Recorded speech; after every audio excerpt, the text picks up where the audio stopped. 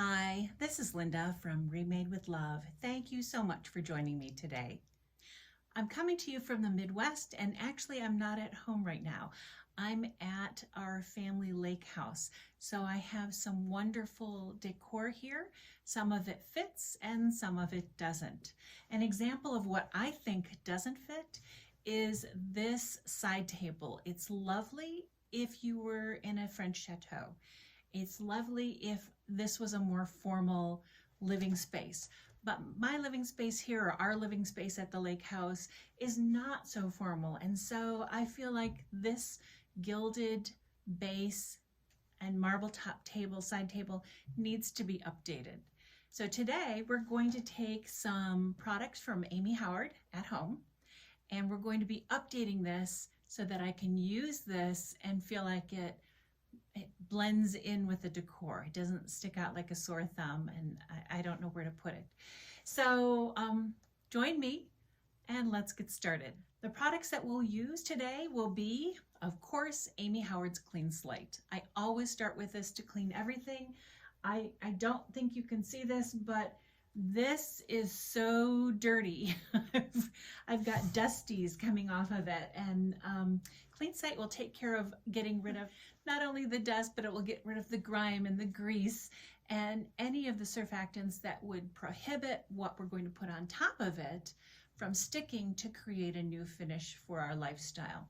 So I'm going to be using this to clean it, followed by I want to keep kind of this worn and aged look, but to cover the gilding, because the gilding will not allow my milk paint, which I'm going to use, to adhere.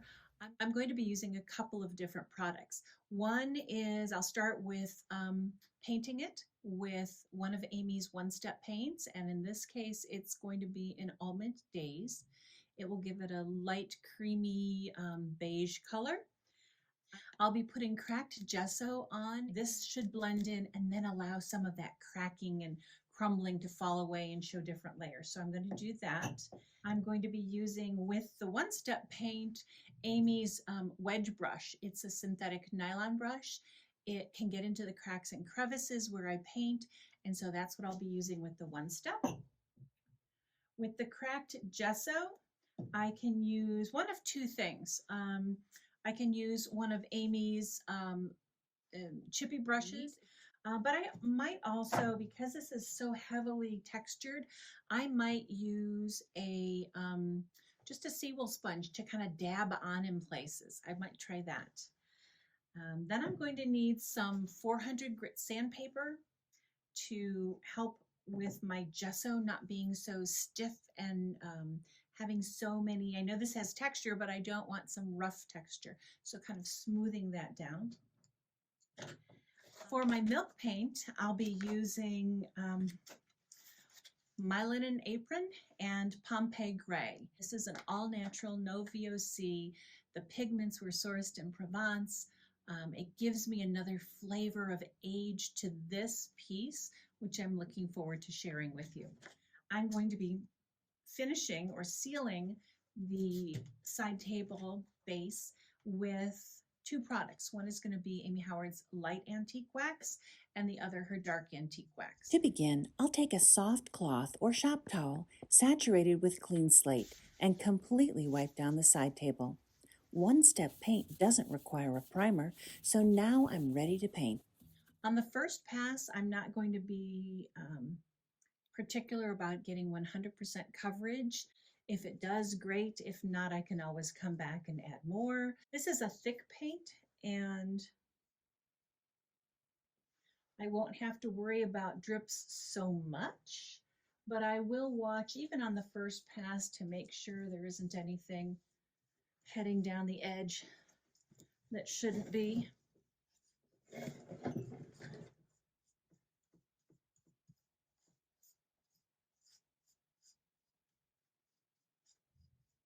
I've got about 20 minutes drying time, 20 minutes or more drying time on this, so I'm not worried about having a wet edge or having that wet edge dry so I can't add more paint or blend it in. And also I have to remember that this is going to be underneath my my milk paints. So this is not the final step.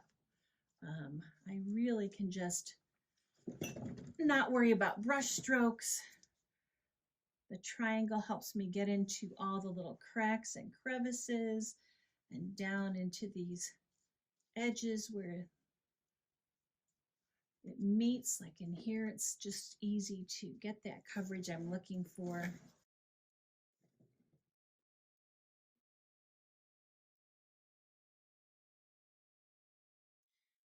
also good to remember that with these products, I'm painting on here because I didn't have a raw piece or a stained piece.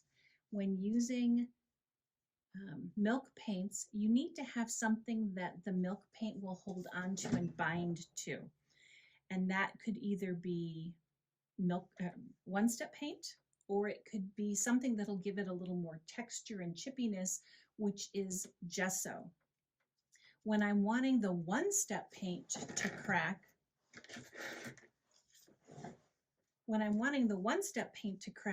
I will just need to put on top of raw wood or a stained wood, I'll need to put cracked patina. But I needed something,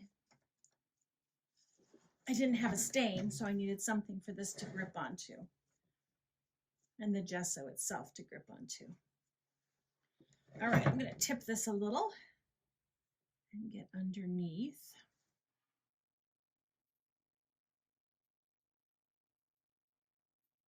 And this is rather gaudy for me. I'm not an ornate person, and I say gaudy in the best sense of the word. Gaudy can be used to describe very ornate pieces, and I go for plain and simple most of the time, but I love the finish that I'll put on here, and I can't get rid of this piece because it was made by my uncle, and whom I adore. I adore my uncle, and I don't want, it's a family piece. This is a family home. We want to share the things that we grew up with, or you know, cherish what another person has made and brought into the home. So I think this piece will be cherished a little more with a different color, a different finish. Seeing a few drips, so I'm just going back over and picking those up.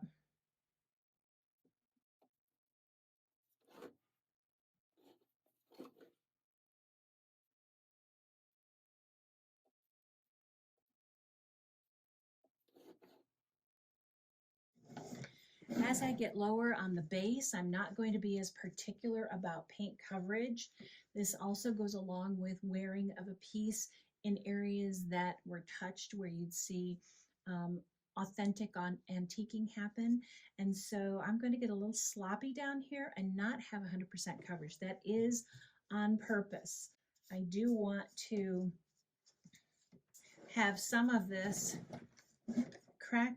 cracking and chipping, and some of it just looking worn away. It's going to be more on the edges.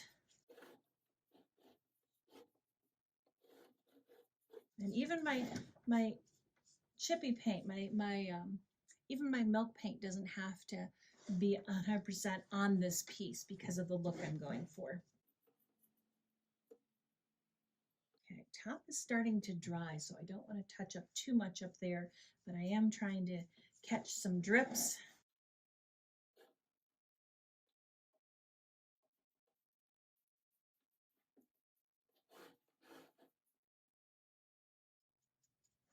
Okay, I might use my smaller brush in here.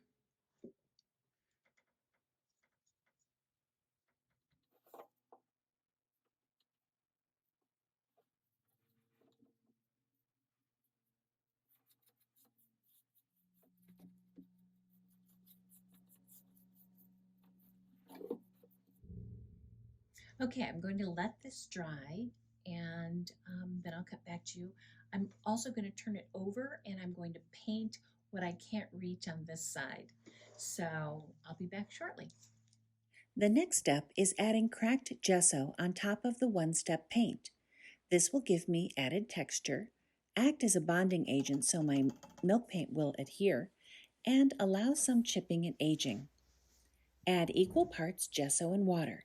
Because I'm in an area of the U.S. that uses well water with heavy minerals, I'm using purified bottled water. If I don't, the iron will cause my gesso to look pink while wet. It will dry completely white, and my milk paints will have discolored even when dry. Stir well until completely mixed and there are no lumps. This can take 3 minutes or more. The consistency should be that of runny sour cream. I'll set aside the gesso, it gets creamier if it sits a while, and mix the milk paint. 1 part water to 1 part milk paint. Stir several minutes. Continue to scrape the sides and the bottom of the cup to mix all the casein and pigment granules. You shouldn't hear the sound of grit when your mixing is done, and your milk paint will be very thin, almost like water.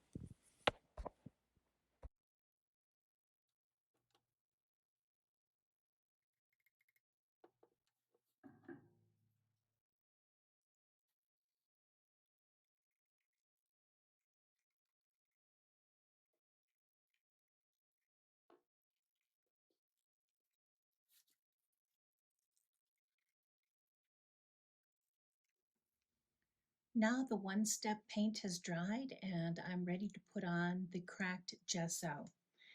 The cracked gesso can actually sit overnight at room temperature, and if you do that, it's easy for you to skim the foam off of the top. You don't want to paint with foam. That will not give you the desired effect that you want, but you can skim the foam off and just toss it out, and then come back with your brush and stir gently. You want to make sure you get all the pigments up from the bottom of where you've mixed your water and gesso mix. You also want to saturate your brush. So I'm saturating, I'm not mixing fast because I don't want to create any more foam. And I'll go ahead and cover this piece. Now it may run, and really you can see gesso is going on as a light coverage. I'm not going to worry about 100% coverage. I'm not going to worry about minor drips. I will catch the major ones and spread it out. It is like a sour cream or a little bit thin sour cream. So it is really best done on a flat surface. This being a multi-sided or circular piece, I really won't have a way to paint this on a flat surface unless I keep turning, keep turning, keep turning, keep turning. And that will take a little bit of time and patience. And for the results I'm wanting, because I want this to be chippy and I want it to be, it's so gnarled as it is and has lots of texture to it. I know that when I put this on, it doesn't have to be a perfect coverage here. The cracked gesso is dried, so now I want to go ahead and just hit it lightly with sandpaper. This is very fine. 320 is good, 220 sometimes. You're not going to scrub hard. You're going to go lightly over this, primarily to take down any rough bumps or if you see little bubbles or air pockets. Sometimes you see a little bit of the minerals that didn't get mixed up completely before you painted it on, and so you might want to hit those as well. But I do want to make sure that it feels good to my fingers and my hands, that I'm hitting anything that's super rough sticking out. So I'm going to make sure I touch all the gesso that's on here. All right. I'm going to wipe this off with a lint-free rag so that I'm ready to go with no loose dust or gesso on here that would prevent the next step, which is putting on a layer of milk paint.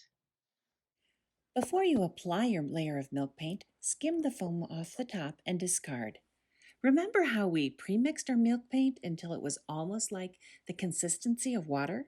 Well, real milk paint has casein and pigments, which will settle like clay to the bottom of the cup and will need to be stirred until water thin before applying. You might be tempted to apply milk paint as you would a thicker paint, but don't. Ideally, you'll lay your piece down and paint the top side, drying and turning as you go to avoid drips and running. So with the cracked gesso and the milk paint, we're going for a couple of things. We're going for a cracking off of the paint, so a natural aging look to it. And we're going to use another product to give us some movement on our paint, some removal, to not look like, oh, I'm going to sand here. Here's where my paint wore off through the years. No, we're going to use a antique and glaze in order to allow the paint to have a more natural looking and wearing. Now we're going to add a second coating of Toscana milk paint, but this time it's going to be in the color Pompeii gray. The first coat that I put on of my linen apron was painted on. This time I'm going to keep the pedestal upright and I'm going to use a natural seawool sponge. And I'll show you how, because this is so texturized, I can get away with a lot of things, which means I don't have to worry about smooth lines or anything, which is kind of great, but it lends itself really well to using a seawool sponge to sponge it on rather than paint it on. So let's see how that goes. Okay, so here I've soaked it, I've squeezed the water out, and it's very, very pliable. Now it's ready to use on my milk paint. I'm just going to go in, agitate it, make sure I've got some, get it covered, and I'm going to dab it on all over, not in a line. I don't want to see any lines here. Make sure I push it in and get all the cracks and crevices, and that's all I have to do to apply. Just keep going around and round, over and over, until I have my application where I want it. And in this case, I want it pretty much everywhere. Covering my linen apron, taking on, this will give it a, going back to get more, this will give it a more of a gray tint as it dries. It will be a light gray covering. The pink should be covered completely. If there's any showing, it's either going to be because I missed a spot and I can always go back and add more, or because I'm using my technique at the end to kind of take away some of the paint that I put on here and thus give it a more antiqued and an aged look.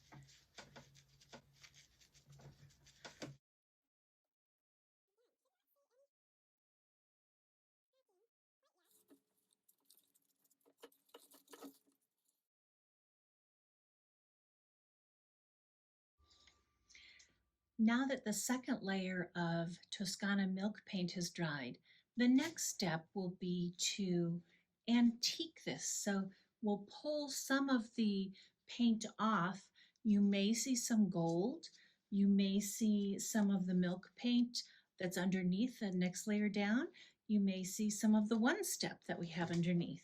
So we're going to use Amy Howard's Antique Glaze. This can be used straight from the bottle, or you can cut it with water to different percentages depending on how much you'd like to remove and at what rate. So if you're unsure, you may want to add 1-to-1 ratio, so 50% antiquing glaze, 50% water. You may want to add just a splash. once you're comfortable with using this product, it probably would be a good idea to just go 100% full strength unless you need to, you're working with a delicate finish. On this one, I'm just going to add just a dab of water.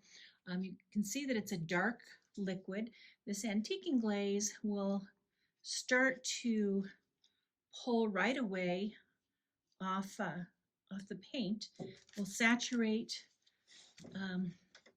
the paint, and then we'll come back and we'll start to crack and lift away. This is where you'll see some of the cracking come to fruition here. So this will get going. Once your sponge starts to pull away some of the Toscana paint, you'll want to have another glass ready or a cup ready that has clear, fresh water in it so you can dip and rinse, so you're not putting the old pulled off paint back on. So here we go. I'm going to start to, again, I'm not going to focus so much up here, that'll be under the table, but I might start to focus on these edges down here. When you use the antiquing glaze, it will also darken your paint slightly. So whereas you had a milk paint or the milk paint dried to a lighter finish, this is going to be a little bit darker and have that older, aged look to it. Won't be a fresh coat of paint.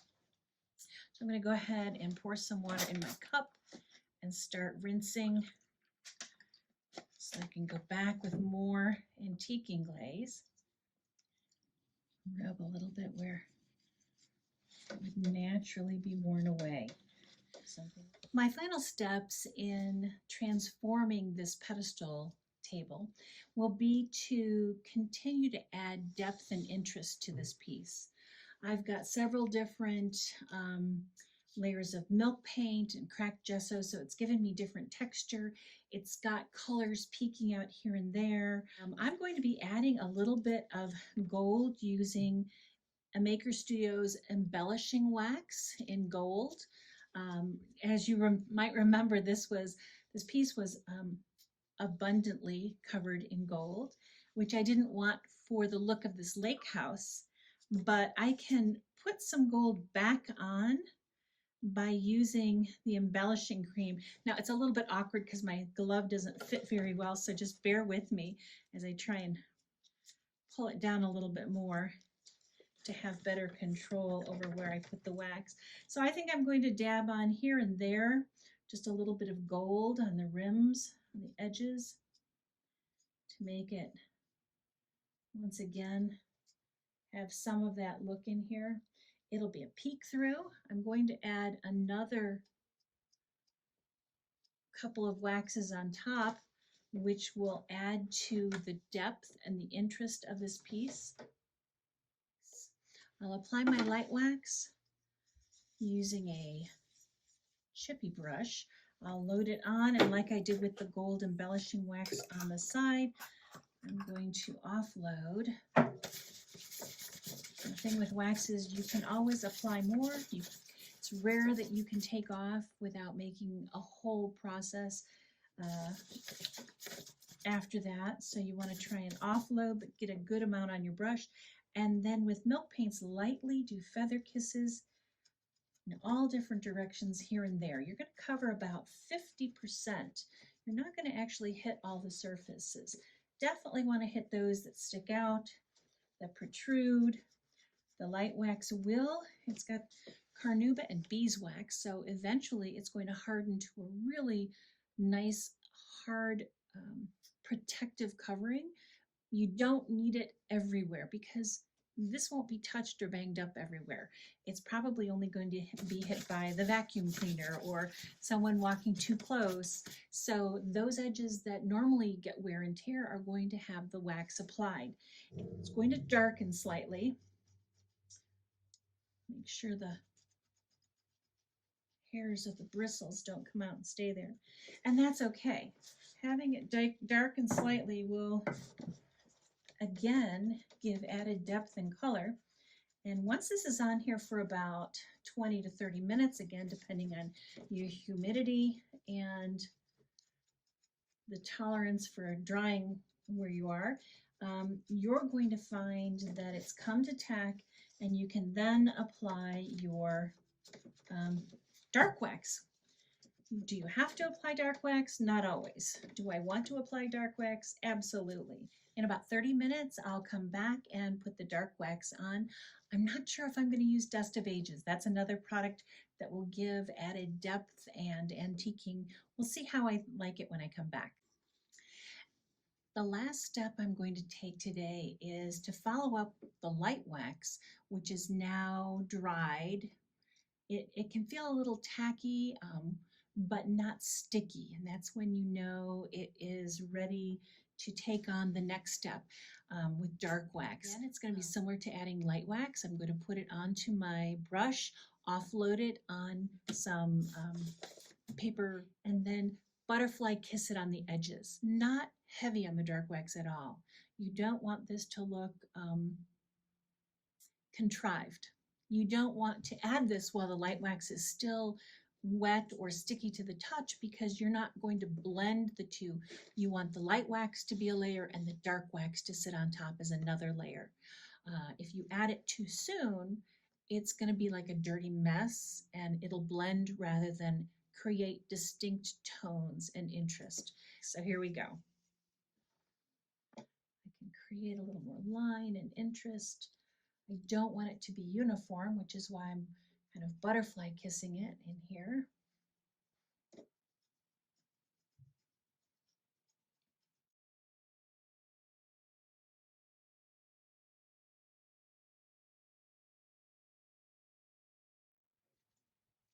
There are so many different finishes available using Amy Howard products. Today, I was able to use layers of Amy Howard's one-step chalk paint, cracked gesso, milk paints, and waxes to help me take an ornately painted marble top table and give it the look I wanted it to have to fit in with the rest of the lake house. What do you think? I think we'll now use it in our bedroom and enjoy it. If you enjoyed my tutorial today, please look for me at ReMade With Love on Facebook, YouTube, and Instagram. And if you'd like to see more Amy Howard products demonstrated or tutorials of other home decor ideas, please follow me. See you next time.